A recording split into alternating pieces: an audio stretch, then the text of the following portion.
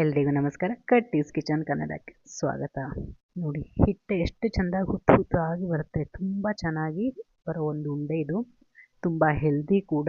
ಮತ್ತು ಇದನ್ನು ನಮ್ಮ ಅತ್ತೆಯಿಂದ ರೀಸೆಂಟಾಗಿ ಕಲ್ತಿರೋದು. ಮುಂಚೆ ಬೇರೆ ಥರ ಮಾಡ್ತಾಯಿದ್ವಿ. ಇದು ತುಂಬ ಚೆನ್ನಾಗಿ ಬರುತ್ತೆ. ಕಡಿಮೆ ತುಪ್ಪದಲ್ಲೂ ಮಾಡ್ಬೋದು. ಮತ್ತು ಅದಕ್ಕಿಂತ ಹೆಲ್ದಿ ಅಂದರೆ ಇದಕ್ಕೆ ಸಕ್ಕರೆ ಆಗಲಿ, ಕಬ್ಬಿಂದ ತಯಾರಿಸಿರೋ ಸಕ್ಕರೆ ಆಗಲಿ ಅಥವಾ ಬೆಲ್ಲ ಆಗಲಿ ಏನೂ ಉಪಯೋಗಿಸದೆ ಮಾಡಿರೋದು. ಡೇಟ್ಸನ್ನು ಉಪಯೋಗಿಸಿಲ್ಲ, ಇಲ್ಲ ಖಜೂರ ಹಾಕಿ ಮಾಡ್ತಾರೆ, ಅದನ್ನು ಉಪಯೋಗಿಸಿಲ್ಲ. ಹೇಗೆ ಮಾಡೋದು ಅಂತ ಮುಂದೆ ನೋಡಿ. ತುಂಬ ಹೆಲ್ದಿ, ಡಯಾಬಿಟಿಕ್ ಫ್ರೆಂಡ್ಲಿ ಇದನ್ನು ಸ್ವೀಟ್ನರ್ ಯೂಸ್ ಮಾಡಿರೋದು. 1 ಕಪ್ಪಷ್ಟು ತುಪ್ಪಕ್ಕೆ ನಾನು 4 ಕಪ್ಪಷ್ಟು ರಾಗಿ ಹಿಟ್ಟನ್ನು ಹಾಕ್ಕೋತಾ ಇದ್ದೀನಿ. ನೋಡಿ, ಪರ್ಫೆಕ್ಟಾಗಿ 1 ತುಪ್ಪ ಹಾಕ್ಕೊಂಡಿರೋದು, 4 ಹಿಟ್ಟು ಹಾಕ್ಕೊಂಡಿರೋದು. ಇದನ್ನು ರಾಗಿನ ನಾನು ಸಿಂಪಲಾಗಿ ಹಿಟ್ಟು ಮಾಡಿಸಿರೋದು. ಏನು ಸ್ಪೆಷಲ್ ಇಲ್ಲ ಇದರಲ್ಲಿ, ಹುರಿದು ಹಾಗೇನೂ ಮಾಡಿಲ್ಲ. ಸ್ವಲ್ಪ ಗಲೀಜಿರುತ್ತೆ ಅಂತ ಜಸ್ಟ್ ತೊಳೆದು ಒಣಗಿಸ್ಕೊಂಡು ಹಿಟ್ಟು ಹಾಕ್ಸಿರೋದು. ಇದನ್ನು ಮೀಡಿಯಮ್ ಫ್ಲೇಮಲ್ಲಿ ಸುಮಾರು 15 ನಿಮಿಷ ಹುರಿಬೇಕು. ಮೀಡಿಯಮ್ ಫ್ಲೇಮಲ್ಲಿ ಹೀಗೆ ಕಂಟಿನ್ಯೂಸ್ ಆಗಿ ಮಾಡ್ತಾ ಇರಬೇಕು. ಇದಕ್ಕೆ ನಿಮಗೆ ಒಣ ಅನಿಸುತ್ತೆ, ಬಟ್ ತುಪ್ಪ ಸೇರಿಸೋದು ಬೇಕಾಗಿಲ್ಲ. ತುಂಬ ಕಡಿಮೆ ತುಪ್ಪದಲ್ಲಿ ರೆಡಿ ಆಗುತ್ತೆ ಇದು.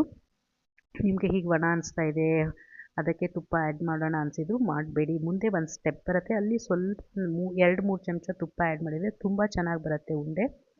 ಆ್ಯಂಡ್ ಇದಕ್ಕೆ ಜಾಸ್ತಿ ತುಪ್ಪ ಇಲ್ಲದೇ ಸಖತ್ತಾಗಿ ಮಾಡಿಟ್ಕೋಬೋದು. ಸುಮಾರು 2 ತಿಂಗಳು ಚೆನ್ನಾಗಿರುತ್ತೆ. ಮಕ್ಕಳಂತೂ ಕುಕ್ಕೀಸ್ ತಿಂದು ಅಷ್ಟು ಇಷ್ಟಪಟ್ಟು ತಿಂತಾರೆ. ಇದನ್ನು ಒಂದು ಸಾರಿ ಡೆಫಿನೆಟ್ಲಿ ಮಾಡಿ ನೋಡಿ.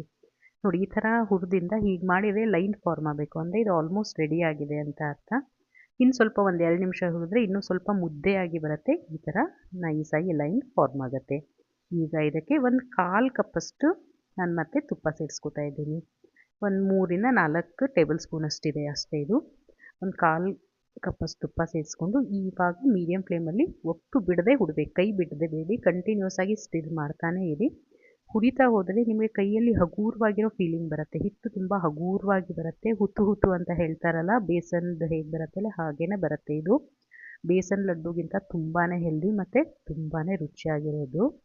ನೋಡಿ ಎಷ್ಟು ಚೆನ್ನಾಗಿ ನಿಮ್ಗೆ ಕಾಣ್ತಾ ಇರೋ ಹಾಗೆ ತುಂಬಾ ಫ್ಲಫಿಯಾಗಿ ಬಂತು ಹಿಟ್ಟು. ಆ್ಯಂಡ್ ಇದು ತುಂಬ ಹಗೂರವಾಗುತ್ತೆ. ಬಾಯಲ್ಲಿಟ್ಟರೆ ಕರಗೋಗುತ್ತೆ ಉಂಡೆ, ಅಷ್ಟೊಂದು ಹಗುರವಾಗಿ ಬರುತ್ತೆ. ಇದನ್ನು ಸುಮಾರು ನಾವು 4-5 ನಿಮಿಷ ಹೀಗೆ ಹುರ್ಕೋಬೇಕಾಗತ್ತೆ ಮೀಡಿಯಮ್ ಫ್ಲೇಮಲ್ಲಿ. ಈ ಕನ್ಸಿಸ್ಟೆನ್ಸಿ ಬರಬೇಕು. ನೀವು ನೋಡ್ತಾ ಇರೋ ಹಾಗೆ ನಾನು ಕ್ಲೋಸಪ್ಪಲ್ಲಿ ತೋರಿಸ್ತಾ ಇದ್ದೀನಿ. ಹೀಗೆ ಹುತ್ತು ಹುತ್ತುವಾಗಿ ಬರಬೇಕು. ಹಾಗೆ ಬಂದರೆ ಫ್ಲಫಿ ಆದರೆ ಇದನ್ನು ರೆಡಿ ಅಂತ ಅರ್ಥ. ಇದನ್ನು ಆಫ್ ಮಾಡಿಬಿಡೋಣ. ಇದನ್ನು ನಾವು ಸುಮಾರು 4-5 ಅವರ್ ಆದರೂ ಬೇಕು ಪೂರ್ತಿ ತಣ್ಣಗೆ ಆಗೋದಕ್ಕೆ. ಈಗ ನಾನು ಉಪಯೋಗಿಸ್ತಾ ಇರೋದು ಪಾಮ್ ಶುಗರ್ ಅಂತ. ಪಾಮ್ ಶುಗರ್ ಇದು ಗ್ಲೈಕಮಿಕ್ ಇಂಡೆಕ್ಸಲ್ಲಿ ತುಂಬ ಕಡಿಮೆ ಇರುತ್ತೆ. ನಾರ್ಮಲ್ ಶುಗರದ್ದು ಅರ್ಧಕ್ಕಿಂತನೂ ಕಡಿಮೆ ಇರುತ್ತೆ. ಇದು ಡಯಾಬಿಟಿಕ್ ಫ್ರೆಂಡ್ಲಿ ಶುಗರ್ ಇದು. ಇದು ಬ್ರೌನ್ ಶುಗರ್ ಅಲ್ಲ, ಕನ್ಫ್ಯೂಸ್ ಮಾಡ್ಕೊಳ್ಳಿ. ಇದು ಪಾಮ್ ಶುಗರ್. ಬ್ರೌನ್ ಶುಗರ್ ಅಂದರೆ ಕಬ್ಬಿಂದ ತಯಾರಿಸಿರುತ್ತೆ. ಇದು ಬ್ರೌನ್ ಶುಗರ್ ಅಲ್ಲ, ಇದು ಪಾಮ್ ಶುಗರ್ ಅಂತ. ತುಂಬ ಹೆಲ್ದಿ. ಇದನ್ನು ಬರೀ 1.5 ಕಪ್ ತೊಗೋತಾ ಇದ್ದೀನಿ. 4 ಕಪ್ ಹಿಟ್ಟಿಗೆ ಬರೀ 1.5 ಕಪ್ಪಷ್ಟು ನಾನು ಶುಗರ್ ತೊಗೋತಾ ಇರೋದು. ಅದನ್ನು ಮಿಕ್ಸಿಗೆ ಹಾಕಿ ಪೌಡ್ರ್ ಮಾಡಿದೆ. ಈಗ 4 ಏಲಕ್ಕಿಯನ್ನು ಹಾಕಿ ಇನ್ನೊಂದು ಸರಿ ಇದನ್ನು ಮಿಕ್ಸಿನಲ್ಲಿ ಪೌಡ್ರ್ ಮಾಡ್ಕೋತಾ ಇದ್ದೀನಿ. ಫೈನ್ ಪೌಡ್ರ್ ಆಗಿದೆ. ಇದನ್ನು ಡೈರೆಕ್ಟಾಗಿ ಸೇರಿಸ್ಬೋದು. ಇದು ಡಯಾಬಿಟಿಕ್ ಫ್ರೆಂಡ್ಲಿ ಆಗುತ್ತೆ, ಎಲ್ಲರೂ ತಿನ್ಬೋದು. ರಾಗಿ ಹಿಟ್ಟು ಅಷ್ಟೇ ತುಂಬ ಚೆನ್ನಾಗಿರೋದು ಹೆಲ್ತಿಗೆ. ಡೆಫಿನೆಟಾಗಿ ಟ್ರೈ ಮಾಡಿ ನೋಡಿ. ನಮಗೆ ಬೇಕಾಗಿರೋ ಡ್ರೈ ಫ್ರೂಟ್ಸನ್ನು ಹಾಕ್ಕೊಂಡ್ಬಿಟ್ಟು ಇದನ್ನು ಚೆನ್ನಾಗಿ ನಾದ್ಕೋಬೇಕು. ಇದೇ ಒಂದು ಸ್ವಲ್ಪ ನಿಮಗೆ 5 ನಿಮಿಷ ತೊಗೊಳುತ್ತೆ. ಚೆನ್ನಾಗಿ ಈ ಥರ ಹಿಟ್ಟು ಮತ್ತು ಆ ಸಕ್ಕರೆ ಚೆನ್ನಾಗಿ ಮಿಕ್ಸ್ ಆಗಬೇಕು. ಬೇಸನ್ ಲಡ್ಡು ಹೇಗೆ ಎಲ್ಲ ಮಿಕ್ಸ್ ಮಾಡ್ತಿಲ್ಲ, ಸೇಮ್ ಹಾಗೇ ಮಾಡೋದು. ಇನ್ನು ಟ್ರೈ ಮಾಡಿ ನೋಡಿ. ತುಂಬ ರುಚಿಯಾಗೂ ಇರುತ್ತೆ ಮತ್ತು ಈಸಿ ಮಾಡೋಕ್ಕೆ. ಸ್ವಲ್ಪ ರಾಗಿ ಹಿಟ್ಟು ಒಂದು ಅರ್ಧ kg 1 kg ಹಾಕ್ಸಿದ್ರೆ ನಮ್ಮದು 1 ತಿಂಗಳಿಗೆ ಆಗೋಷ್ಟು ಲಡ್ಡು ರೆಡಿ ಆಗಿಬಿಡುತ್ತೆ. ನಾನು ಅರ್ಧ kg ರಾಗಿನ ಹಿಟ್ಟು ಹಾಕಿಸ್ಕೊಂಡು ಗಿರಣಿನಲ್ಲಿ ಹಿಟ್ಟು ಹಾಕಿಸ್ಕೊಂಡ್ಬಿಟ್ಟು ಇದನ್ನು ಮಾಡಿರೋದು. ಅರ್ಧ kgಗೆ ಸುಮಾರು ಒಂದು 20-30 ಉಂಡೆ ರೆಡಿ ಆಯಿತು 1 ಬಟ್ಲು ತುಪ್ಪದಲ್ಲಿ.